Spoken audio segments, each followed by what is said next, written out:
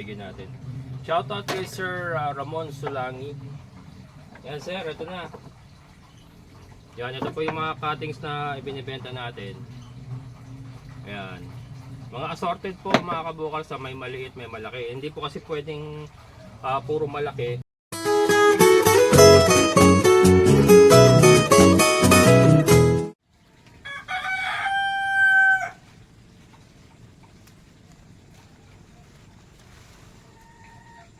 Good morning mga kabukal. Napakalago na nung Madre de Agua natin dito sa gilid ng lumang kubo natin. No? Harvest tayo ngayon. Ayan. Sumahampay na itong iba. Tapos magcha-chop. Kape muna tayo mga kabukal. Ayan. Madre de Agua mga kabukal, sa hindi nakakaalam, mataas po ang crude protein nito, kaya maganda pong ihalo sa alternative feeding na ginagawa natin. Yung mga baboy nga po natin na inahin, ang kanilang diet is darak sa palay, molasses at itong ating mga Madre de Agua mga kabukals. High in crude protein, may calcium din, saka iba pang mga minerals. Ayan. May mga nagtatanong bakit hindi daw ako nag-aalaga ng ng asola. Yung asola mga kabukals, maganda nga talaga yung asola kasi high in protein din siya. Tapos pag scoop mo, ini-scoop lang kasi mga kabukals kailangan doon may pan ka, may asola pan ka. Pag scoop mo, 2 to 3 days lang makapal na naman yung asola mo. Unlike sa Madre de Agua, it will take 1 to 2 weeks or 3 weeks bago siya makarecover ulit, bago siya magtalbos ulit. So maganda ang asola. Problema sa asola mga kabukals, kulang tayo sa space. Kasi para makapag-asola ka, kailangan meron ka mga asola pond. Maliit lang ang ating area. Hindi natin pwedeng gamitin yung mga spasyo na na bakante rito kasi may mga future plans tayo katulad ng ating mga baboy. Kailangan natin mag-expand nga tayo, nagdadagdag tayo ng mga inhale. So kailangan natin in the future, kailangan natin magpagawa ng mga additional na pig pens. So yun, ina-allocate ko po yung mga space na yun para po sa pig pens. Ngayon ang kagandahan naman po sa asola, since puno po siya, so pwede siyang pataas mga kabukals. So kahit po may pig pen sa gilid niya, so pwede siyang pataas kahit sa mga gilid-gilid lang katulad nito. Nasa gilid lang po ito ng bakod natin. Ang pinakapuno niya nasa gilid lang ng bakod natin, pero ang kapal ang kapal mga kabukals. Buti pa yung Madre de Agua makapal, yung buhok ni kabukals wala na, de joke lang. Ayan, so yun po yung dahilan kung bakit Madre de Agua lang po tayo. Pero yan, maganda rin po yung asola kung may space ka po. Kaya lang wala tayong space. So malay natin in the future makapag-expand din tayo ng ating lupain. Lupain din. Malay natin, 'di ba? Basta patuloy tayo sa pagsisikap hangga't buhay, hangga't malakas pa tayo, 'di ba? Tuloy-tuloy lang po tayo. Pero ngayon, let's use what we have. Yung mga resources na meron tayo, yung pong ating pagyamanin, and eventually lalaki na lalaki ang mga kabukals. Wala naman po nagsimulang malaki nang hindi po nagdaan sa maliit. So yun, ang ganda na tubo niya ngayon kasi nag-uulan na, ulan init. Yan. Kaya lang napansin ko ngayon mga kabukals, yung ating ulan hindi ganun katindi. El Nino nga talaga. Ngayon po ilang araw na napakainit. Yan. Harvest tayo mga kabukals. Sa wakas nakapagpabuhay ako ng 2 malunggay. Meron pang isa rin sa kabila. Ayan. Kakapal oh. Unfortunately namatay yung ating langka. Yan. Tegibels yung ating langka. Saan na ba? Ay hindi, buhay.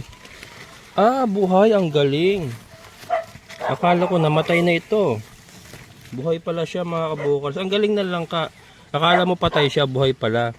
O kasi natuyo na, ayan natuyo na yung kanyang puno. Buhay pala siya, ang galing. May lilitaw yan pagka naubusan natin itong mga Madre de Agua. Nagrekta ako ng mga pakwan. Kaya lang namatay. Patay lahat eh. Nirekta ko eh. Pero sa aquaponics natin ay okay pa naman. Update ko kayo mga kabokals sa ating aquaponics. Ayan, silipin lang po muna natin ang bahagya. Yung ating aquaponics pakwan nandiyan, okay pa naman. So yan, ating mangga. Medyo natatabunan yung ating mga mangga. Saka may mga dwarf coconut tayo dito. Natatabunan na rin. Ayun, pero lilitaw yan. Napakakapal ng ating mga... Ito, babawasan ko na rin itong ating mulberry. Makapal. Nahirapan ako magbukas ng Nahirapan ako magbukas ng gate. Yan, Ito. Pagbukas ko ng gate kasi tinatamaan sila, babawasan ko rin yan. Yan. Ito, may mga Madre de Agua pa tayo dito. Yung ano ba to? Asan ba ang grafted kasi to eh. Hindi ko malaman kung saan ang dugtungan niya rito. Namatay kasi yung pinakataas niya. Rambutan mga kabokals. Ayan. Ito yung iba nating mga Madre de Agua. Mangga, saging. Yan, mamananuhin ko pa na hindi na kasi kayang pasukin ng grass cutter. Ito yung isa natin malunggay. Ayan, laki na tayo ng malunggay. Kaya lang nung nagtinola kami nung nakaraan, paghila ko na itong isang sanga, naputol. Pero pwede pa siguro. Pwede pa itong itanim. Mamaya itutusok ko. Ayan. Pero okay naman. Tutubuan naman uli yan dito. Magtutubo uli yan dito. Yung ating mga saging ay okay naman. Kaya lang parang bansot Parang ano po yan, lakatan po yan. Ayan yung isa Yung isang lakatan. Itong avocado natin ay okay. Yan. Dito kasi na-harvestan ko na yung mga Madre de Agua dito, kaya hindi sila ganong hindi sila ganong kayabong, hindi katulad doon. Hindi pa na-harvestan to eh.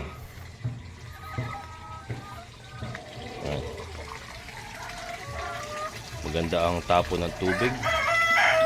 Ating mga white leghorn. Yan. Yan. Tayo sa akong malinis. Minsan ang hirap i-break ng ganitong ang hirap i-break ng ganitong kakapal. So ako may pagkamitikuloso ako. Gusto ko lagi ako nagsisimula sa dulo. Ayoko nung sisimula ko sa gitna, parang sisirain ko yung yung sequence. So dito tayo sa dulo, ayan. Sa tabi ng mulberry, dito tayo magsisimula. Papunta tayo doon paikot. Ganon ako eh. So ito mga ganito, sinasama ko na yung mga tangkay na yung ganyan. Malutong kasi malutong. Pag pinadaan natin sa natin yan, sa chopper natin yan, madudurog yan, masisino.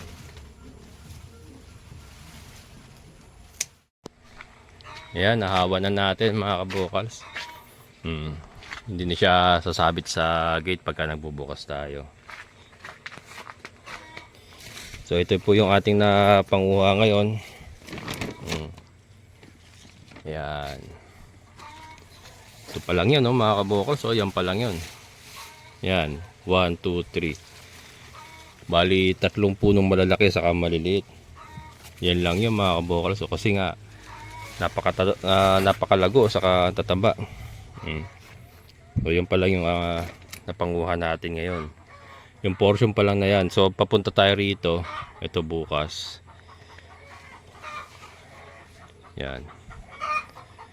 Hanggang sa maklear natin yan. Tapos lilinisin natin yung ilalim yan. Tapos tanim ako ng second line. Tanim tayo ng second line. Yan. So ito naman chachapin natin ngayon para may pakain natin sa ating mga alaga. Ito nga po yung ating napakatagal na chopper. Yan. Luma-luma na pero nagagamit pa. So yan, magcha-chop na tayo. ating Madre de Agua.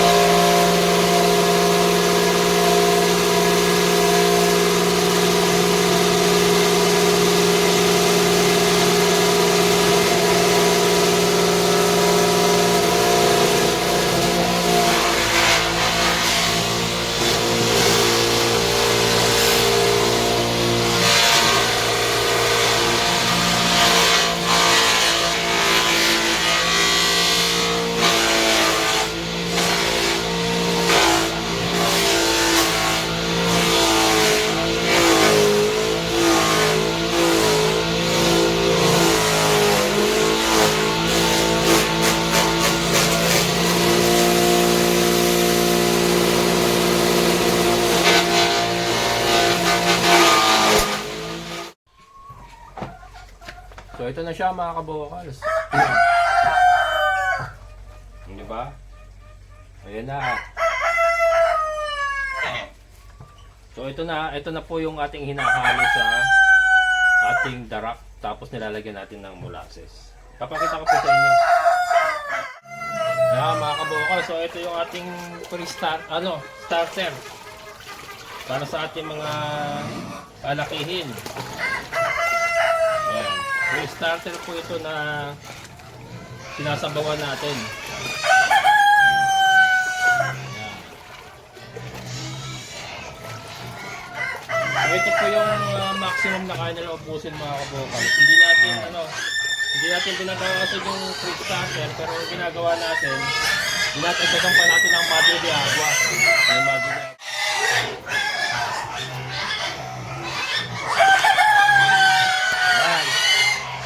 Madre de Agua mga kabokals.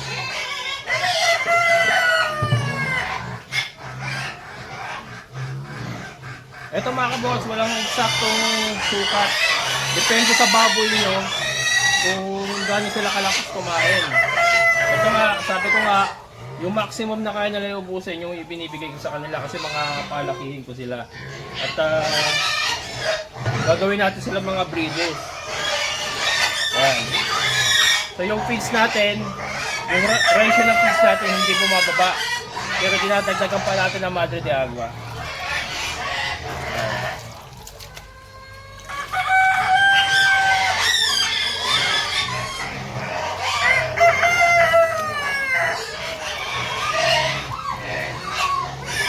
Isa pa.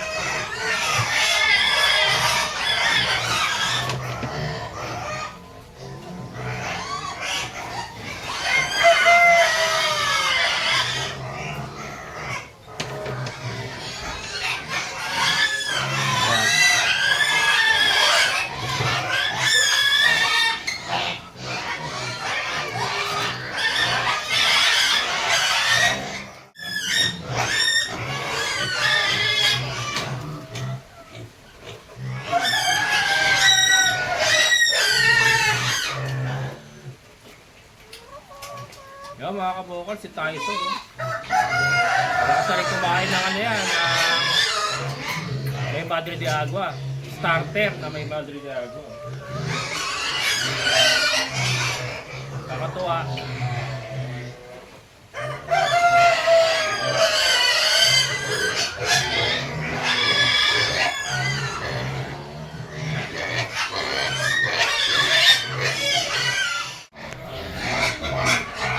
Ayan mga kabokals, nakakatuwa si Tyson. Ganda ng katawan, no?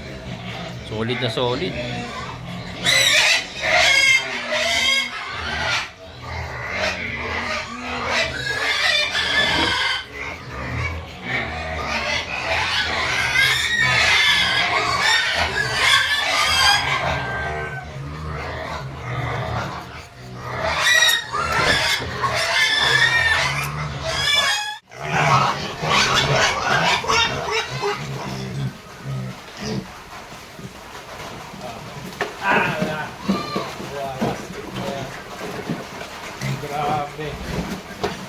Grabe mga kabokals.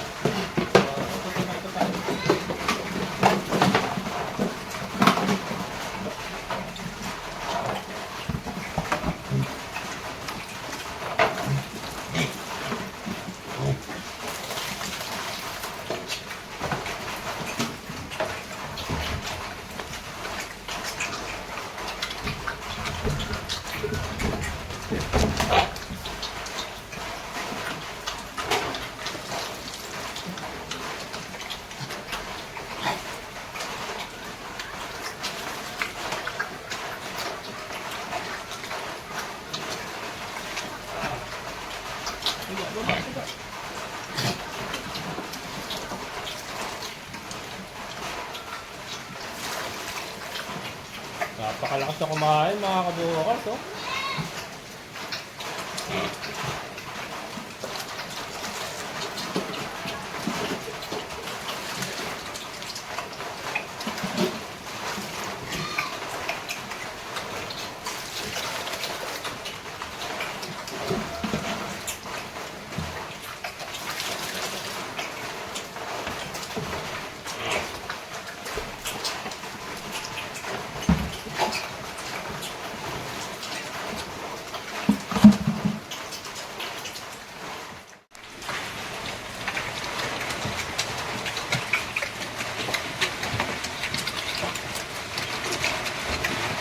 Yan.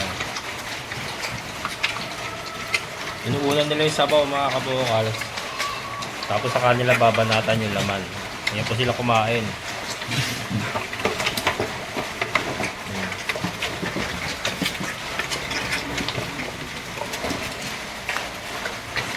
Katakam kumain mga kabukal. Wait lang ha. Ito wala pa to, hindi pa natin binibigyan ng Madre de Agua yan. Pure starter lang. Pure starter pa rin yan. Sinasanay pa natin sila. Hintayin lang natin silang lumakas kumain. Tapos lalagyan na rin natin ng ganito. Chopped Madre de Agua. Ayan.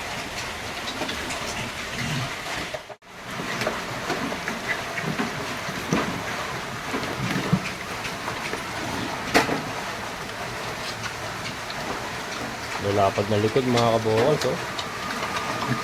Yan ganyan na yan. May presyo na rin yung sa lechon mga kabukals. Yung ganyan kalaki. May presyo na rin yan sa lechon. Pero di natin ibebenta ang panlechon niya. Mga future inahin natin yan mga kabukals. Para makagawa tayo ng maraming ganyan.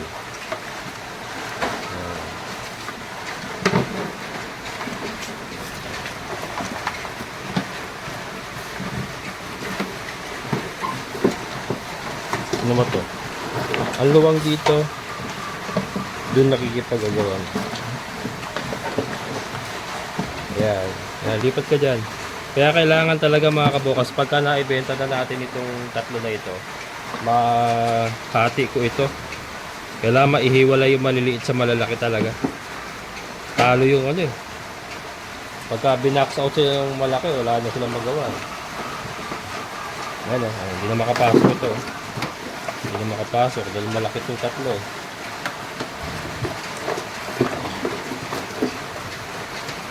Yung tatlong malalaki siguro pagsasamahin ko. Tapos yung tatlong maliit ang ililipat ko. Si Mayora talagang ano, grabe.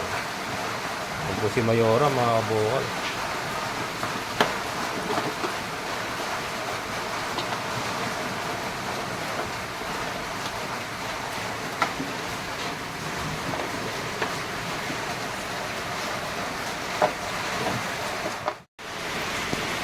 Ito naman mga kabukals ay darak.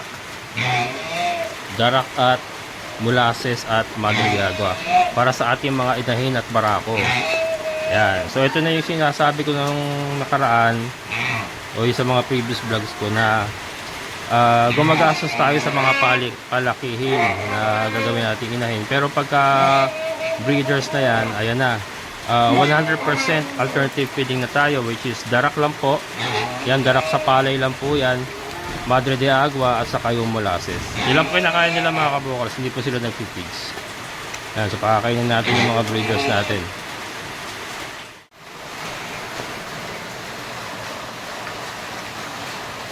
Ayan mga kabukals, higop sabaw, sabay lunok. Yan po ating mga breeders. At yan lang po ang pinapakain natin sa kanila ever since nung naging breeder sila. Ayan. Diba?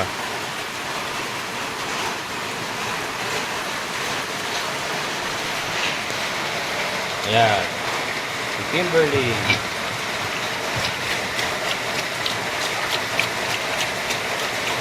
Yung mga anak niya, oh. Maganda na. So ito nga po, ito yung sinasabi ko mga kabukal, sa ganitong stage na ginagawa pala natin silang breeders, syempre gagastosan natin sila. Mag-invest tayo ba? Para ka rin bumili ng ano, syempre hindi ka naman makakabili ng na quality na inahin kung walang presyo. Pagka bumili ka po ng inahin ngayon, may presyo na rin. So ganun, parang ganun din po yung pagpapalaki po ng mga gagawin yung breeders. Ang diferensya lang po nun is paunti-unti, kasi paunti-unti ang bili nyo ng feeds, ng pagkain, versus dun sa bibili na talaga kayo ng mga breeders na talaga may presyo, kasi syempre ginastosan din po yun. Ganun din po yun. Pero once na ganito na po sila, mga breeders na nga po sila, ayan na lang pong kinakain nila dyan. Darak sa palay, shop, Madre de Agua, at saka molasses. Masabaw po talaga yan mga kabukals. Talagang sinadya po natin masabaw. Gawa ng breeders po sila eh. Kailangan lagi sila nakakahigop ng sabaw para po pag dating po ng anakan, magatas po sila. Magatas kasi yung katawan nila laging nakakahigop ng sabaw. Ayan. And sabi ko nga, pagka breeders na, hindi nyo po kailangan patabain ng breeders. Subok naman po. Itong mga produce natin mga kabukals, kaganda oh. Diyan na lang po ang titignan. Ang breeders po, parang maintenance na lang talaga yan. Hindi na po natin kailangan patabain yan. Yan naman po ay base lang sa aking experience ha. Hindi po ako eksperto, pero ito po ay binabahagi ko lang po sa inyo. And napatunayan ko naman po sa inyo mga kabukals na maganda po yung breeding na nagagawa natin kung kayo po yung nakasubaybay sa akin. Maganda po ang number ng anak nila. 10 nga po itong dalawa ito. Diba? 10. Ito 10 rin. Ito si Tricia, 10 din, diba? Yan lang po kinakain nila. So yan, dito na po tayo babawi pagka breeders na sila. So madugo habang pinalalaki natin sila as breeders, pero once na naging breeders na sila, ay ganito na katipid mga kabukals. So baka po may nalilito kasi ang pinopromote ko palagi dati is alternative feeding. Yun po kasi yung mga puro breeders yung pinifeature ko. Ngayon po kasi may pinifeature ako na gagawin kong inahin. Kaya po sinasabi ko na kailangan yung commercial feeds para pumapalaki sila na maganda. Pero once na nakuha na natin yung kanilang breeding age at breeder na sila, ayan, ganyan na po katipid yan. Ayan, ito, ganito rin po ito si Tyson. Ayan, pagka yan po yung naging breeders na, ano na yan, Madre de Agua, darak na lang yan. Ngayon medyo choosy siya. Medyo choosy pa yan, pero pagka naging breeders yan, no choice siya. Yan nakakainin niya talaga. Yan, meron pa dito. Ubusin natin ito sa kanila. Hati-hati pa sila rito mga kabukal.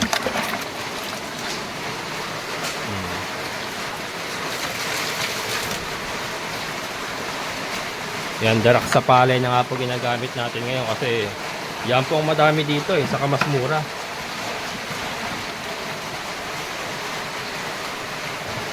Ayun. Mas mura po ang darak sa palay compared sa darak sa mais.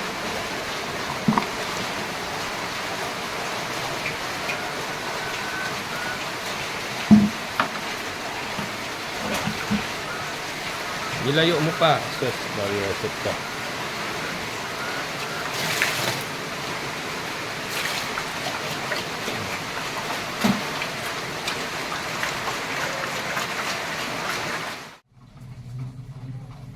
Ngayon naman mga kabukals, ayan, ginagawa ko na yung cuttings na hindi nga po natin na-deliver kahapon dahil sobrang ulan. Ngayon ko pala pinuputol para hindi siya at least sariwa pa rin yung cuttings na natin bigyan natin. Shoutout kay Sir Ramon Sulangi. Yan sir, ito na. Yan, ito po yung mga cuttings na ibinibenta natin. Ayan. Mga assorted po mga kabukal sa may maliit, may malaki. Hindi po kasi pwedeng puro malaki. Lalo na kung ipapa-LBC natin. Yung ganito kalalaki mga kabukals. Baka abutin kayo ng 5,000. Kasi tinitimbang po ito na LBC mga kabukals. Ang babayaran po sa LBC, depende po sa dami at depende sa bigat. Tinitimbang nila yung mga kabukals. Kaya hindi po natin pwedeng puro ganitong kalalaki, lalo na kung LBC. Kung i-deliver, let's say, kapag i-deliver namin, let's say dito lang kayo sa Bulacan, po pwede na puro ganito. Ayan. 10 pesos mga kabokals per cutting ang ating benta ng cuttings. Kaya lang, limited supply lang mga kabokals, hindi po palagi meron. Ngayon po meron kasi medyo malalago yung ating mga Madre de Agua ngayon. So, meron po, pero hindi po palagi And kung magpapa-LBC po, Luzon area lang po ang po pwede. Sa Mindanao kasi nangihingi na po si LBC ng permit. Wala naman na po tayong oras kumuha ng permit. So Luzon area lang po kung magpapa-LBC. And at least minimum po sana na mga 200 cuttings. Kasi po from San Rafael, Bulacan, pupunta pa ako ng Angat, Bulacan. Nandun po kasi yung LBC dito. Pinakamalapit na LBC po sa ating area. Pwede rin pong pick up kung kayo po ay malapit lang dito, pick up po kayo, Barangay Tukod, San Rafael, Bulacan. Or po pwede po nating ipa-deliver kay Andrew. Or ipalalamove, yan po pwede po. Yun po yung mga options natin So ngayon available po ang Madre de Agua cuttings. Pero until supplies last, sabi nga. Hanggang meron po, hindi po palagi.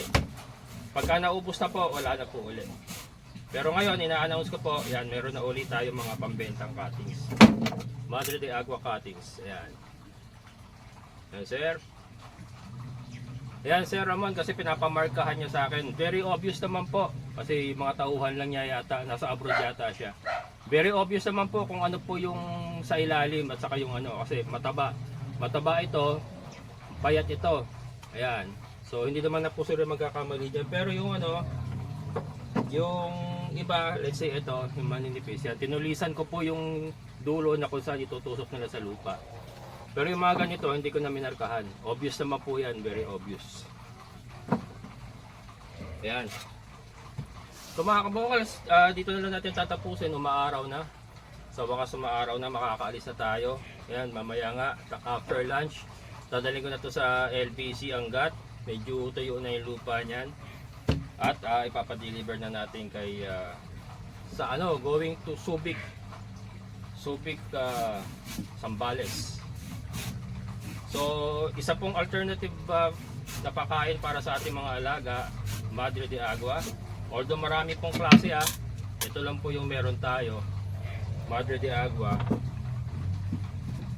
Mataas po ang crude protein, kaya yan po napakaganda pong ihalo sa pakain ng ating mga alaga.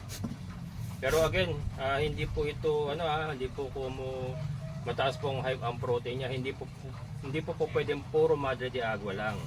Kailangan talaga either i-combine nyo, ipa-partner nyo sa commercial feeds, 50-50 ratio, or gagamit kayo ng ibang mga extender katulad ng sapal ng tokwa, darak sa mais, mga ganyan po. Pero yung stand alone lang po ng Madre de Agua, hindi po obra mga kabokals. Nasubukan ko na po. Hindi siya makakatayo sa sarili niya mga paa. hindi siya hindi obra. Hindi obra mga kabokals. Ako, ang paniniwala ko no dati, Madre de Agua is enough, pero hindi mga kabokals talagang makikita nyo ang diferensya sa katawan ng alaga nyo at saka sa paglaki. So combine pa rin talaga mga kabokals, combination.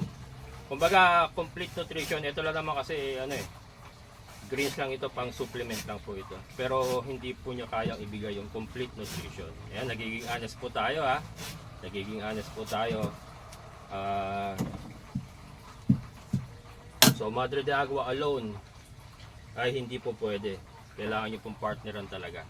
Kaya mga kabukals, hanggang dito na lang. Maraming salamat sa inyong muling pagsama. Amazing na buhay. Bye-bye!